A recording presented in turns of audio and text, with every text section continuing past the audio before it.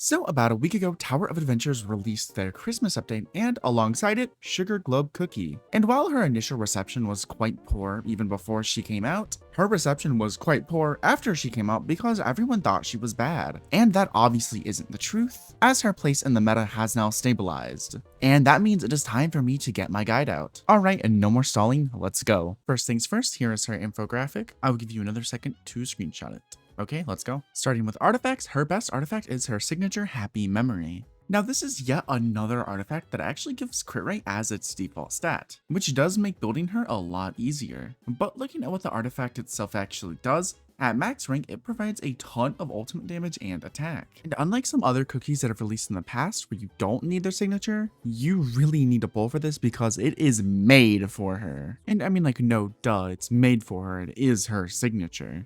But the difference between this and other magic artifacts that give ultimate damage is that they give too much ultimate damage. Now, this is because during her ultimate, she actually gets attack percent based on her ultimate damage. And while that sounds amazing, this has a cap of 30% attack. Meaning when we look at some of these other artifacts, they just don't work as well because you're getting too much attack in the artifact and not a whole lot else. Because while ultimate damage is helpful for an ultimate scaling cookie, that doesn't matter if you have like 500 attack. So in short, make sure you pick this up if you do really like Sugar Globe Cookie or you want to use her in the future. Now her second best artifact is going to be Ruminated Memories. While this does not give crit as its default stat, making her slightly harder to build, you're getting a ton of your raw damage, right? You're getting 35% attack for the default stat, you're getting 51.6% elemental damage from dark power, and when that is fully stacked, you're getting another 32% attack. Obviously, this still does not beat Happy Memories, but if you are unable to pull for Happy Memories and you happen to have an extra copy of Ruminated Memories, this is definitely what you are going to want to use on her. Now the next artifact I want to mention is Forgotten Grimoire. Now like Ruminated Memories, this does not give crit as its default stat, but it does give crit rate to both the special skill and ultimate while also giving a nice chunk of ultimate damage. But the ultimate damage is where we run into the issues. As you can see, there is no other damage being provided by this artifact. And when you take into account that Sugar Globe's extra attack on her ultimate has a cap, you should come to the realization that both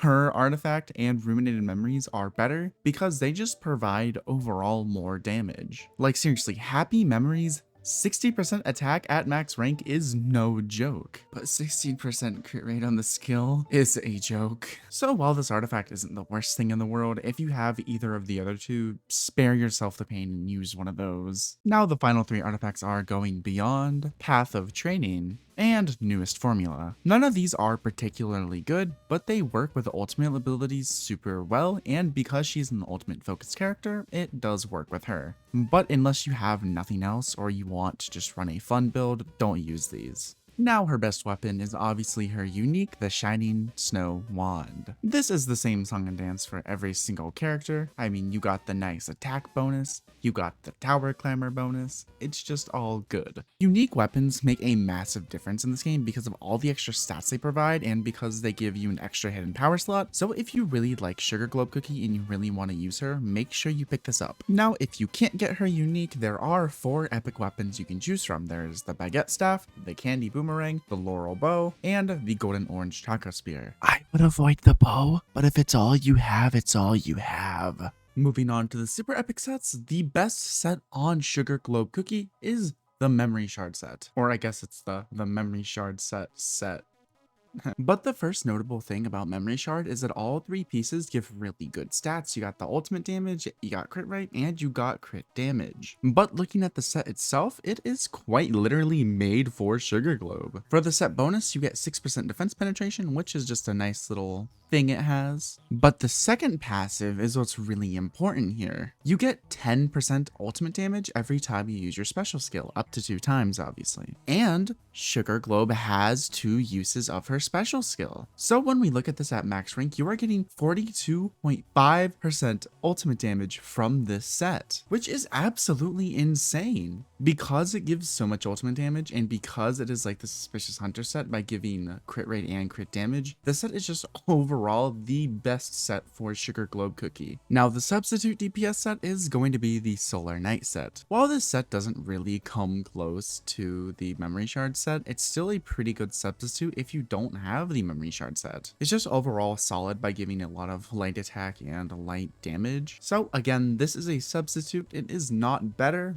but if you don't have Memory Shard, you can build this. The final set that happens to be viable with her is the Ghost Captain set. Now this really only applies in champion raids where one of the DPS cookies usually runs the Ghost Captain set for the defense down, so you really shouldn't build this unless it is specifically for champion raids. Now an honorable mention that I don't know if it's been tested is the Mysterious Wanderer set. I feel like this could be kind of okay, but I don't think there's been enough testing on it to actually deem it better than anything else I have already mentioned. Now moving on to epic equipment. For the headwear, we have the Aurora hood, the Golden Rose crown, and the bamboo hat. For the bodywear, we have the black gothic dress and the candy cuirass, and for the pants we have the dragon armor and the assassin pants. Now moving on to her hidden powers. She has two main builds as far as hidden powers go. The first one is 2 light attack hidden powers, 5 attack percent hidden powers, and 1 crit rate hidden power. Whenever she is paired up with a really strong lemon cookie, these hidden powers are her best performing. Her second highest performing are 2 light attack hidden powers, 4 attack percent hidden powers, and then 1 crit rate and 1 crit damage hidden power. These perform slightly lower with a good lemon, but they perform a little better with a worse lemon. You really do just gotta look at your account and see which one works better for you. Speaking of lemon cookie, who are her best teammates? Now I think the answer is obvious, as I have already mentioned him multiple times. Her best teammate is going to be lemon cookie because he just provides a lot of crit damage now, on top of providing nice shielding and a light damage buff. She also likes other buffers like Rockstar and Pistachio,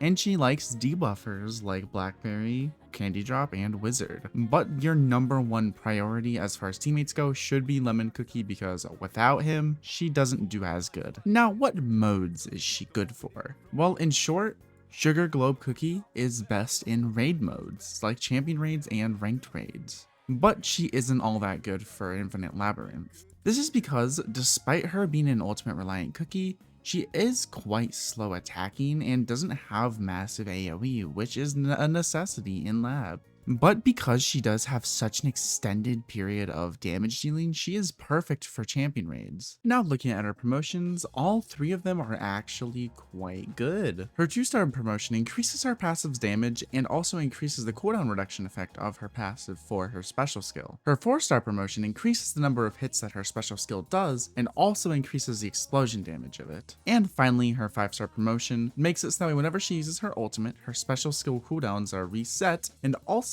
her basic attacks during her ultimate do increased damage. Overall, all 3 of these are great for their own reason, and honestly, even if you only pull for her 2-star or maybe her 4-star, she's still going to be just fine because you do not need her 5-star promotion to play her. Unless you're leaderboarding, of course. Now for a few tips and tricks. Now the first thing to keep in mind is that whenever you are in your ultimate, your basic attack is incredibly weird. Your projectiles pretty much work like a chamomile basic attack, meaning they are incredibly slow, meaning you need to be closer to targets than you would for other ranged cookies like Lemon Zest or Kohlrabi. This does make her feel clunky at times, but it doesn't really affect her, especially in the modes where she's good, like champion raids where the boss is sitting still and can't dodge your attacks. Also, make sure you are on top of using your special skill because whenever your passive is procced, the cooldown is slightly lowered, and if you aren't paying attention, you might just not use it and you could lose out on damage because of that. And I guess the final thing to keep in mind is to realize that when you are not in your ultimate, you are very, very weak. Some people were complaining about how weak her basic attack is, and that's because she's only strong in her ultimate because that is how she was designed. So yeah, keep in mind she's an ultimate reliant cookie.